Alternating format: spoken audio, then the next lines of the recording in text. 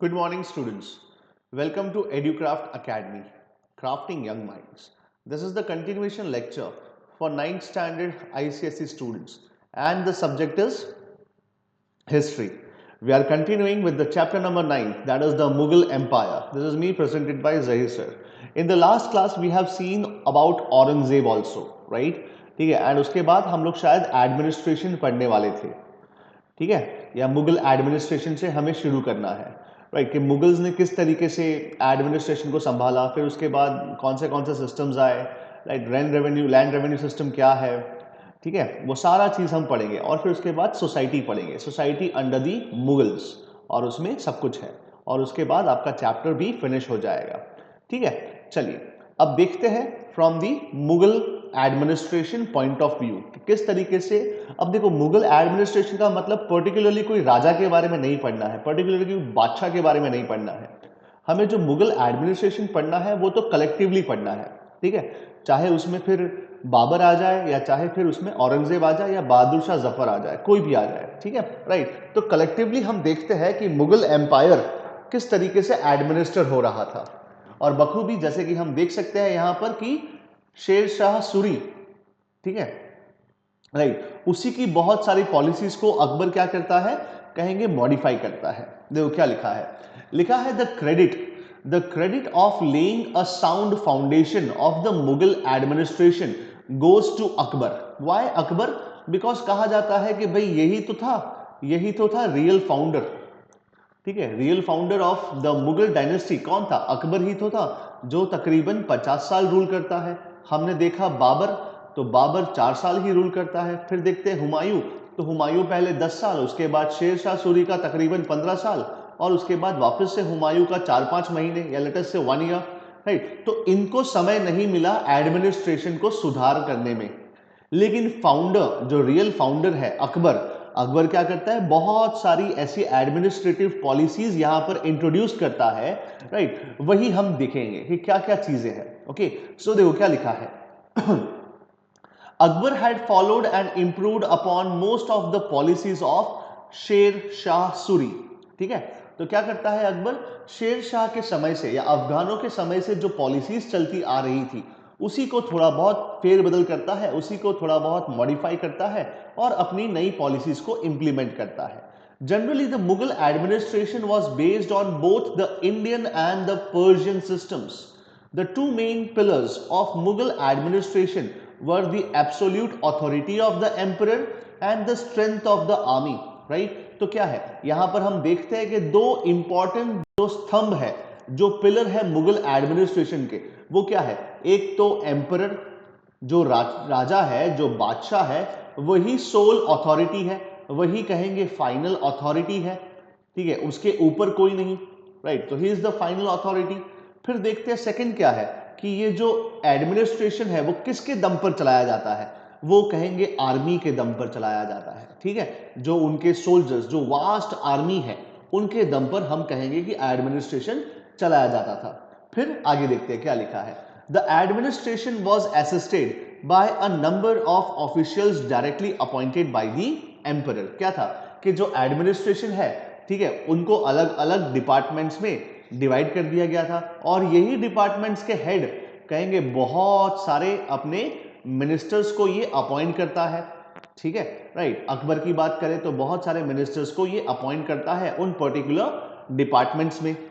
चलिए देखते हैं क्या लिखा है। The central and the provincial administration. अब आप देखेंगे तो अकबर का, ठीक है, कहेंगे कि राज्य पूरे भारत में था, साउथ इंडिया को छोड़कर कहेंगे अफगानिस्तान तक, यहां तक पूरा इतना बड़ा राज्य था इसका। अब ये पूरा राज्य कहेंगे इसने डिवाइड किया था कैसे? एक तो सेंट्रल अथॉरिटी जो आगरा में बैठती थी, राइट, वो सेंट्रल अथॉरिटी है, और दूसरी अथॉरिटी जो इसने अपने राज्य को कहेंगे पर्टिकुलर पार्ट्स में डिवाइड किया था। कितने पार्ट्स में डिवाइड किया था? तो कहेंगे 15 पार्ट्स में डिवाइड किया था, और ये 15 प्रोविंसेस, ये 15 प्रोविंसेस को हम कहते हैं सूबा। क्या कहते हैं? सूबा। तो 15 सूबों में, प्रोविंसेस में अकबर ने अपने एम्पायर को डिवाइड किया था, और हर एक सूबा का अपना एक गवर्नर होता है। जो गवर्नर को हम क्या कहते हैं? तो कहेंगे सूबेदार। क्या कहते हैं? सूबेदार, है ना? ठीक है, तो यहां पर वही लिखा है, the administration of Akbar was divided into two parts. The first one is the central one and the second one is the provincial one. जैसे आज भी हम देखते हैं हमारे भारत में सेंट्रल गवर्नमेंट भी है और स्टेट गवर्नमेंट भी है, तो वैसे ही अकबर के समय पर क्या था? सेंट्रल गवर्नमेंट भी था और we can say provincial government भी था। ओके, लेट कमर्स बहुत लेट आते हैं। अब आगे, the whole empire was divided into 15 subas और we can say the provinces. Each province was under the charge of a subedar, that is the governor, who had full civil and military powers। Civil powers और military powers दोनों ही कहेंगे सूबेदार के हाथ में था। सिविल पावर्स का मतलब क्या है? तो कहेंगे जो जनरल एडमिनिस्ट्रेशन है, ठीक है, उस समय का, वो पूरा के पूरा सूबेदार के हाथ में था। मिलिट्री पावर मतलब कहेंगे कि control of the small army, ये भी किसके हाथ में था? कहेंगे सूबेदार के ही हाथ में था।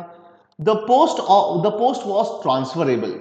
The diwan was in-charge of collection of land revenue. क्या है? जो टैक्स आता था, जो लैंड रेवेन्यू आता था, ठीक है, तो लैंड रेवेन्यू को कलेक्ट करने के लिए हु वॉज रिस्पॉन्सिबल? तो कहेंगे दीवान, ठीक है, तो ये दीवान रिस्पॉन्सिबल था। अब देखो क्या लिखा है, लिखा है असूबा। असूबा was further subdivided into सरकार, ईच सरकार इंटू परगनाज। ठीक है, तो अब क्या है, देखो यहां पर कहेंगे कि किंगडम है, ठीक है, किंगडम को कहेंगे सूबा में डिवाइड किया। सूबा में कितने सूबे थे यहां पर? तो कहेंगे 15, right. And this further this subas were divided into sarkars and this sarkars were further divided into parganas and parganas were further divided were consisting of villages. मतलब बहुत सारे विलेजेस बनके परगनास बनते थे और परगनास मिलकर सरकार बनते थे और सरकार बनकर सूबा बनते थे। ठीक है, तो यही लिखा है। अब देखिए ये परगना जो है, ठीक है, ये परगना किसके अधीन था? तो कहेंगे फौजदार के अधीन। किसके अधीन था? इट वॉज अंडर दी फौजदार। ठीक है, फौजदार कौन था? तो he was the head of the Parganas. ठीक है, राइट। अब आगे देखते हैं क्या लिखा है। लिखा है the diwan was the incharge of the collection of land revenue. A suba was further subdivided into sarkars, each sarkar into parganas and each pargana into had a number of villages. Each pargana was under the charge of a faujdar who assisted the subedar in a number of ways। ठीक है, again मैं repeat करता हूं, ध्यान रखिएगा। Kingdom है, ठीक है, अकबर का जो मुगल किंगडम है वो डिवाइडेड था into what? Into the subas. कितने subas? 15। Further this suba was divided into what?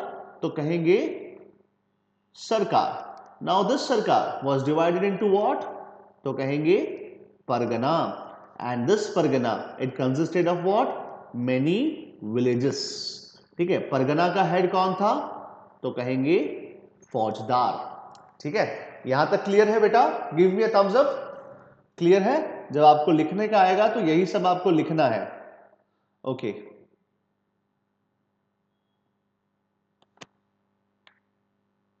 Okay, चलिए अब आगे। Abul Fazal in his book Ain i Akbari या Ain i Akbari says that the main duties of a faujdar were to crush the revolt. क्योंकि देखो ये फौजदार है, मतलब कौन है? ये एक तरीके से पुलिस है, ठीक है, राइट। तो ये क्या करता है? पॉपुलर रिवॉल्ट्स को क्रश करता है। And to catch the thieves and dacoits and to provide military help to the provincial officials. ठीक है, तो ये क्या करेगा? एक तरीके से पुलिस है, छोटी पुलिस है या आर्मी भी कह सकते हैं, जो क्या करता है? जो रिवॉल्ट को सप्रेस करता है या फिर कहेंगे कि चोरों को, डाकुओं को पकड़ता है, वगैरह वगैरह, राइट। अब आगे, a village was under the charge of muqaddam, a patwari and a chowkidar. The administration in the provinces was on the lines of central government. ठीक है, तो ये जो जितने भी प्रोविंसेस है ये कहीं ना कहीं कैसे काम कर रहे थे? Accordingly to the central government. ठीक है, राइट। अब आगे देखते हैं क्या लिखा है। लिखा है द मनसबदारी सिस्टम। ये बहुत ही इंपॉर्टेंट कहेंगे सिस्टम था जो अकबर ने इंट्रोड्यूस किया था। क्या इंट्रोड्यूस किया था, किसने इंट्रोड्यूस किया था? अकबर ने। अब सोचो इतना वास्ट एम्पायर है, ठीक है, और अकबर बैठा है आगरा में, राइट। अब क्या है, क्या अकबर ये पूरे वास्ट एम्पायर को कहेंगे कि अकेले हैंडल कर पाएगा? नहीं कर पाएगा। इसको देखो, अभी हमने पढ़ा कि क्या पढ़ा कि जो किंगडम के जो मेन पिलर्स थे वो कौन थे? एक तो खुद बादशाह था, ठीक है, जो बादशाह था वो खुद था, और सेकंड कहेंगे कि उसकी आर्मी, सोल्जर्स। तो बादशाह तो अभी आगरा में बैठा है, ठीक है, राइट। अब इसको हेल्प किसकी चाहिएगी? इसको हेल्प चाहिएगी सोल्जर्स की। अब सोचो कि फॉर एन एग्जाम्पल आगरा में ही फॉर एग्जाम्पल 5 लाख की आर्मी इसने मेंटेन की है, तो कल को उठ के अगर फॉर एन एग्जाम्पल आगरा से दूर गुजरात में अगर कोई रिवॉल्ट हो जाता है, तो क्या अकबर इसमें से कुछ टुकड़ी को भेजेगा वहां पर? कुछ कहेंगे कि कुछ बटालियन को भेजेगा वहां पर? अगर भेजता भी है तो उस समय पे ट्रांसपोर्ट वगैरह तो था नहीं, ऐसा कुछ था नहीं, तो कितना समय लग जाएगा, है ना? हो सकता है कि 15 दिन लग जाए, और 15 दिन में तो गुजरात उसके हाथ से निकल जाएगा, है ना? हो सकता है कि इसने डिसाइड किया हो कि छोटा मोटा रिवॉल्ट है, चलो 1 लाख आर्मी भेज दो। लेकिन जब ये 1 लाख आर्मी वहां पहुंचेगी तो पता चलता है कि रिवॉल्ट तो बहुत बड़ा हो गया है, जहां पर 3 लाख आर्मी लगेगी, तो ये 1 लाख आर्मी जाके कर भी क्या पाएगी? ऊपर से 1 लाख का भी लॉस होगा। तो इसीलिए अकबर क्या करता है? अकबर मनसबदारी सिस्टम इंट्रोड्यूस करता है, जहां पर क्या होता है, जहां पर कहेंगे किंगडम को कहेंगे मनसब्स में डिवाइड कर दिया गया, एक प्रोविंस में डिवाइड कर दिया गया, और ये प्रोविंस में कहेंगे बहुत सारे मनसबदार होंगे। अब ये मनसबदार क्या करेंगे? मनसबदार अपने हिसाब से सोल्जर्स और कहेंगे कि हॉर्सेस को मेंटेन करेंगे, राइट। कुछ कहेंगे 10,000 सोल्जर्स और 5,000 हॉर्सेस।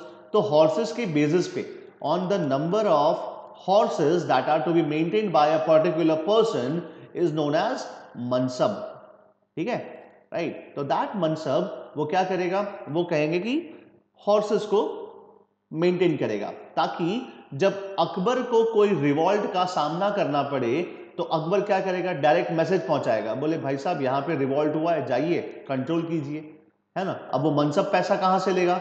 तो मनसब पैसा लेगा उसी प्रोविंस से जहां से क्या आने वाला है?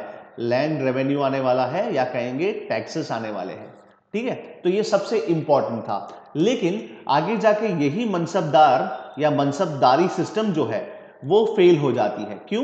क्योंकि ये मनसबदारी सिस्टम कहेंगे एक कुछ हद तक ही, कुछ लिमिट तक ही इसका अपना एफिशिएंसी था, ठीक है। हम देखते हैं कि औरंगजेब के समय पर आते आते क्या होता है, सॉरी, औरंगजेब के समय पे आते आते क्या होता है?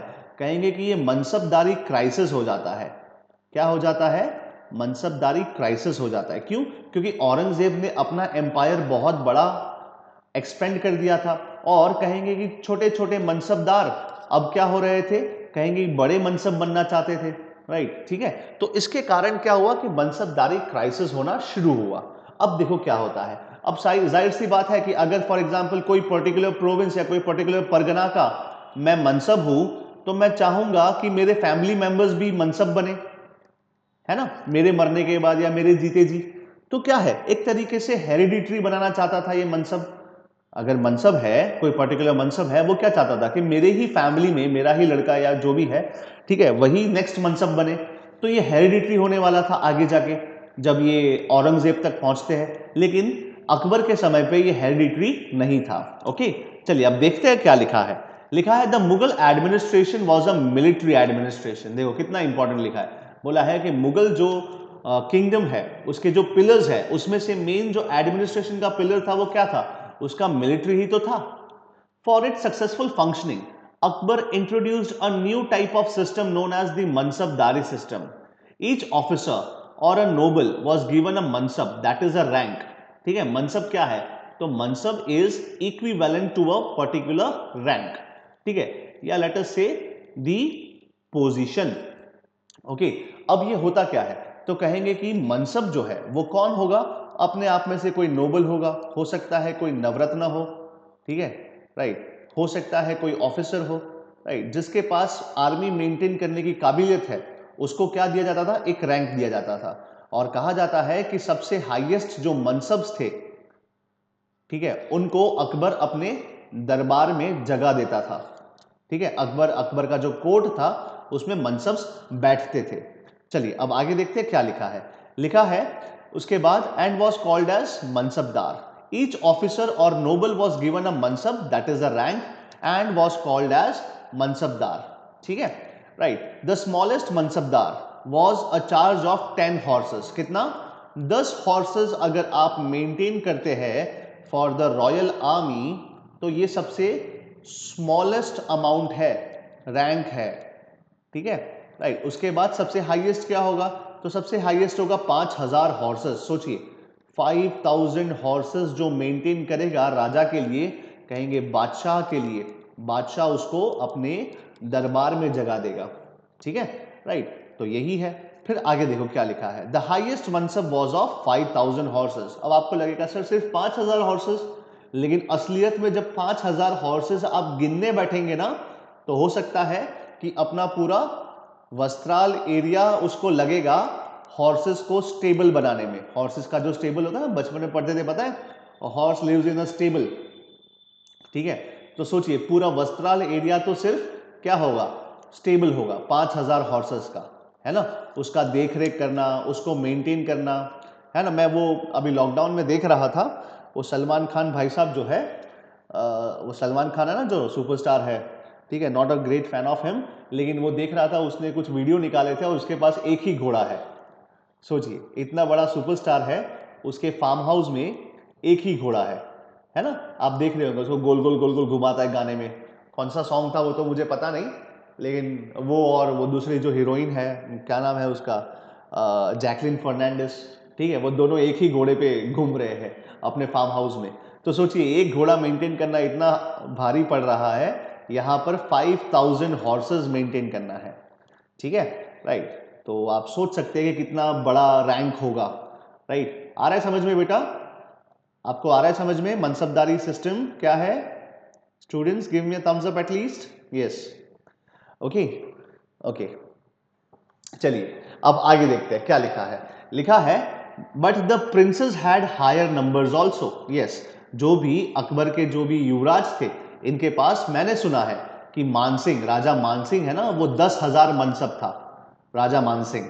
ठीक है, जो राजपूत राजा थे मानसिंह, ठीक है, इनके पास 10,000 वाला रैंक था, मतलब ज्यादा मतलब ये हाईएस्ट मनसब थे, राइट। अब आगे देखते हैं क्या लिखा है, the mansab was held during the lifetime of an officer. It did not pass on to his descendants. The mansabdars were transferred from one area to another. They were paid a fixed salary. The mansabdar had to maintain an army according to the rank of their mansab. ठीक है, right. There were 33 grades of mansabdars. The grades varied from 10 to 10,000 during the Akbar's rain. Okay, तो मैंने कहा ना कि 10,000 तक मैंने पढ़ा है मनसब्स का, मतलब 10,000 हॉर्सेस मेंटेन करना है। सोचिए इतना पैसा वो नोबल्स के पास होगा, राइट। ओके, चलिए अब आगे देखते हैं इसके बाद क्या लिखा है।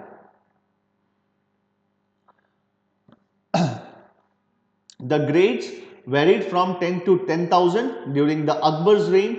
They were assigned land called Jagir. Yes, क्या है कि जागीरदारी सिस्टम आ जाती है। हम कहते हैं ना तुम्हारे बाप का जागीर थोड़ी है, मतलब क्या है कि कोई लैंड, कोई पर्टिकुलर लैंड जो था, अब उसको कन्वर्ट कर दिया जाता जागीर में, ताकि क्या हो कि वहां से जो भी लैंड रेवेन्यू या जो भी टैक्स आए, उससे जो भी रेवेन्यू जो जनरेट होता है, वही मनसब क्या करेगा, मनसब जो है अपने हॉर्सेस को मेंटेन करेगा, हेल्दी हॉर्सेस को मेंटेन करेगा। ऐसा नहीं फिर खच्चर, है ना, डोंकीज को उतार दिया रण के मैदान में, युद्ध के मैदान में, नहीं, ये हॉर्सेस बेटर क्वालिटी के होने चाहिए, राइट। ठीक है, हम देखते हैं ना कौन इंट्रोड्यूस करता है डाक सिस्टम।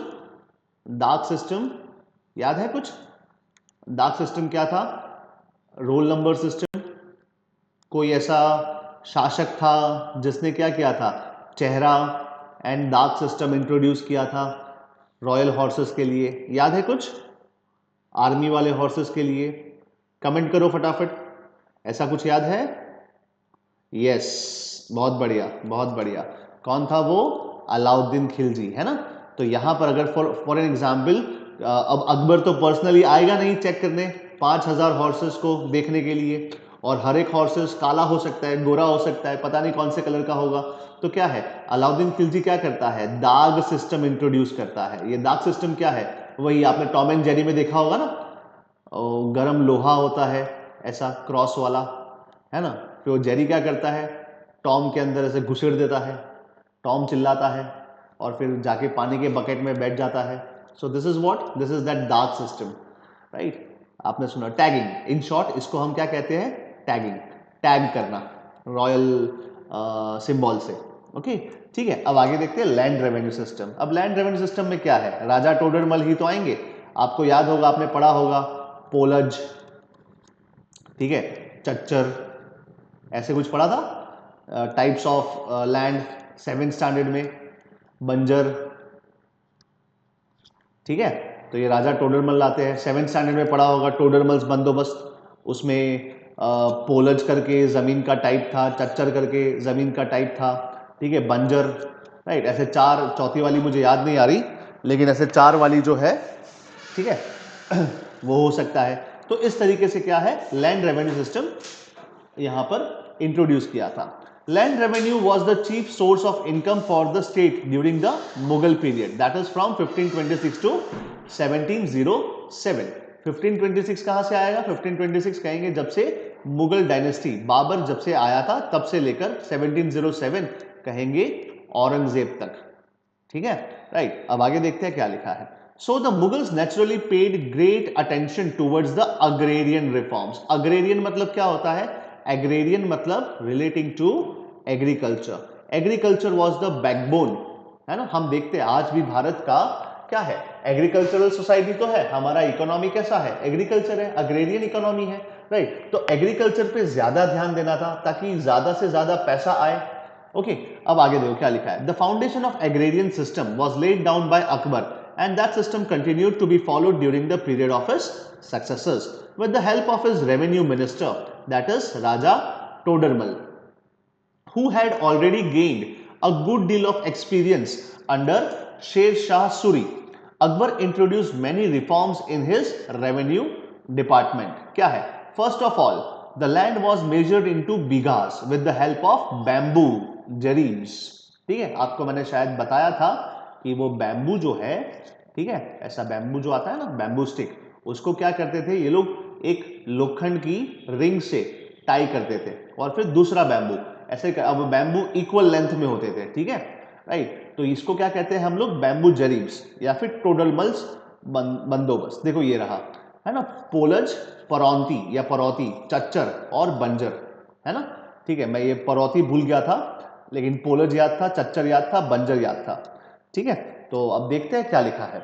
लिखा है कि भाई जो भी लैंड है इसको हम डिवाइड करते हैं इनटू बीघास, और ये बीघास कैसे मेजर करेंगे हम, तो कहेंगे मेजर करेंगे with the help of bamboo sticks, right. ये राजा टोडरमल ने इंट्रोड्यूस किया था, ओके। और फिर एक बार इसको मेजर कर दिया, फिर यहां पर अनुमान लगाया जाता था कि अच्छा ठीक है इतना बीघा है, इतना बीघा है, तो फॉर एग्जांपल 1000 किलो तो आराम से इसमें उग जाएगा, ठीक है। अब फर्दर क्या होता है, फर्दर ये लोग सर्टिफाई करते हैं, लैंड को डिवाइड करते हैं इनटू बेसिस, और sorry on the basis of their fertility, ठीक है, फर्टिलिटी के बेसिस पे डिवाइड करते थे। जहां पर बंजर जो है ये सबसे कम फर्टाइल है, उससे ज्यादा चच्चर, उससे ज्यादा सबसे ज्यादा पोलज है, ठीक है, एंड डिक्रीजिंग ऑर्डर में जाती है इनकी फर्टिलिटी। तो उसके ऊपर ये लोग ने डिसाइड किया था, डिवाइड किया था कि भाई यहां पर हमेशा इतना तो हमें रेवेन्यू आना ही चाहिए, है ना, राइट। तो देखो सबसे बढ़िया कहेंगे इसका सिस्टम था, जहां पर पहले से ही ये अनुमान लगा देता है कि भाई देखो हमें तो ये अगर पोलज है तो पोलज सबसे फर्टाइल लैंड है, तो हो सकता है यहाँ पर फॉर एग्जांपल पर्टिकुलर बीघा में 2000 किलो तो उगना ही चाहिए, है ना। अब 2000 किलो उगेगा फॉर एन एग्जांपल, तो इसमें से 500 किलो तो हमारे यहाँ आना चाहिए, 1/4 टैक्स अगर लगाऊंगा मैं तो इतना तो किसान को देना ही है मुझे, तो ये एक लैंड रेवेन्यू है ना एक तरीके से। तो इससे क्या होगा, इससे इकोनॉमी एकदम बढ़िया चलेगी, है ना, और कभी भी रॉयल ट्रेजरी खाली नहीं होगा। और यही ट्रेजरी से हम क्या करेंगे, यही ट्रेजरी से हम सोल्जर्स मेंटेन करेंगे, आर्मी मेंटेन करेंगे, वगैरह वगैरह, ठीक है, राइट। अब आगे देखते हैं क्या लिखा है। लिखा है first of all, the land was measured into bighas with the help of bamboo jaribs joined together with iron rings. All the cultivated land was classified into 4 divisions, that is Polaj, Paroti, Chachar and Banjar. The Polaj, which is the most fertile land, ठीक है, land was always cultivated and never allowed to lie fallow, मतलब खाली, ठीक है, ऐसा नहीं था कि हमेशा पोलज में तो आपको खेती बाड़ी करनी है। The parauti land was allowed to lie fallow for a year और two to recover its strength. The chachar land had to be left uncultivated for 3 or 4 years. Banjar had to be left fallow for 5 years और मोर। क्यों? क्योंकि बंजर की fertility बहुत कम है, यहां से इतनी उपज हमें नहीं मिलेगी, इसीलिए इसको हम खाली रख सकते हैं, ठीक है। क्लियर है बेटा, इतना समझ में आ रहा है? Give me a thumbs up. आ रहा है समझ में आप लोगों को? ओके ओके, ठीक है, चलिए अब आगे देखते हैं क्या लिखा है। लिखा है उसके बाद third, the total produce of each bigha for the first 3 kinds of land was determined separately. ठीक है, क्या है, डिटरमाइन करना है, हमें अनुमान लगाना है कि भाई कितना हो सकता है। अब देखो फर्स्ट ईयर में तो ये अनुमान नहीं हो सकता है कि पोलज एकदम जो फर्टाइल लैंड है, हो सकता है पहले ही साल में इसने 2500 किलो उगा लिया पर बीघा, ठीक है, और अगले ही साल फॉर एन एग्जांपल हो सकता है 2200 किलो, फिर उसके अगले साल 2400 किलो। तो इससे हम क्या आकलन लगा सकते हैं कि हाँ भाई तकरीबन इसमें से इतना हमें एवरेज अगर निकालते हैं तो इतना हमें मिलता है ना। तो उसके बेसिस पे क्या करते थे ये लोग, अलग अलग डिटर्मिनेशन रखते थे या डिटरमाइन करते थे कितना इसका वैल्यू होना चाहिए और कितना ये लैंड रेवेन्यू भर सकता है। फिर आगे क्या लिखा है, लिखा है the share of the state was fixed at 1/3 of the total produce. सोचो अगर आप 1000 किलो यहां से उगाते हैं तो उसमें से 300 केजी तो कौन लेके जाएगा, 300 केजी तो बादशाह लेके जाएगा, है ना, ठीक है। तो ये भी क्या है, इससे हम पता लगा सकते हैं कि फॉर एग्जांपल 1/3 रेवेन्यू जो है वो फिक्स था for the royal treasury, right. अब आगे the cultivators were allowed to pay their land revenue in cash और इन काइंड, है ना, राइट। तो हो सकता है, क्या हो सकता है कि आप कैश में पे करो या फिर काइंड में पे करो। काइंड का मतलब क्या है, कैश नहीं है तो उसके बदले आपका अनाज ही हमें दे दो, आपके जो ग्रेन्स है वही हमें दे दो, ठीक है, हम उसको बेचकर पैसा निकाल लेंगे। लेकिन but Akbar preferred cash payments in order to fix the price of each article and average of atleast 10 years prices was taken. देखो कितना बढ़िया है ना, क्या बोला है, किसी भी प्राइस को फिक्स करने से पहले किसी भी आर्टिकल मतलब जो भी चीज वस्तुएं जो भी हमें मार्केट में अवेलेबल है, तो उस आर्टिकल का दाम तय करने से पहले क्या करना है, उसका आंकलन करना है पिछले 10 साल का, कि 10 साल में चलो कितना हुआ था, अच्छा इतना हुआ था, चलो इस साल हम ये प्राइस इसका रखते हैं, वगैरह वगैरह, राइट। अब आगे क्या लिखा है, द ब्रिंगिंग द बंजर land under cultivation, loans were advanced to the cultivators so that they might employ extra labor. In case of famine, in case of drought or unexpected calamities, remission मतलब क्या, एक तरीके से माफी, discount, ठीक है। So remission was granted and even loans were advanced for purchase of seeds and animals. Okay. अब next 8th वाला point, for the purchase of seeds and animals, फिर the revenue collectors were asked to be friendly towards the cultivators and not to oppress them.